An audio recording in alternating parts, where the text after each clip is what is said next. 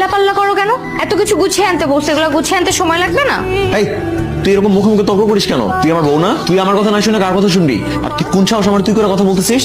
তুই যে সাহস নিয়ে তুই তাকারি করে বলছিস, আমিও সেই সাহস নিয়ে বলছি। তুই আমারে তুই তাকারি করবি তো আমি তোরে তুই তাকারিই করবো। দাঁড়া, আমি খালার কাছে আজকে বিচার দিব। তুই খেলে আমার সাথে খ্যাচ খ্যাচ করতেছিস, বুঝছস?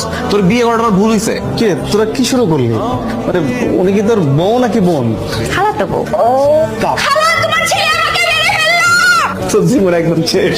খালা তো বলতে বিয়ে করছিস না, তোর জীবন একদম তেজপাতা হয়ে যাবে। খালা, তোমার ছেলে যদি আমার সাথে এরকম ব্যবহার করতেই থাকে আমি কিন্তু এই বাড়িতে থাকবো না বলে দিলাম। সেই কখন থেকে খালা খালা বলেই যাচ্ছিস।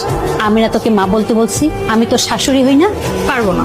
20 বছর ধরে খালা বলতেছে, এখনো খালাই বলুন। মা, এই পাগলটার বুঝাও, যার তার সামনে গিয়ে নিজের স্বামীকে ভাই বলে ডাকে। খালা, তুমিই বলো, আমি তাকে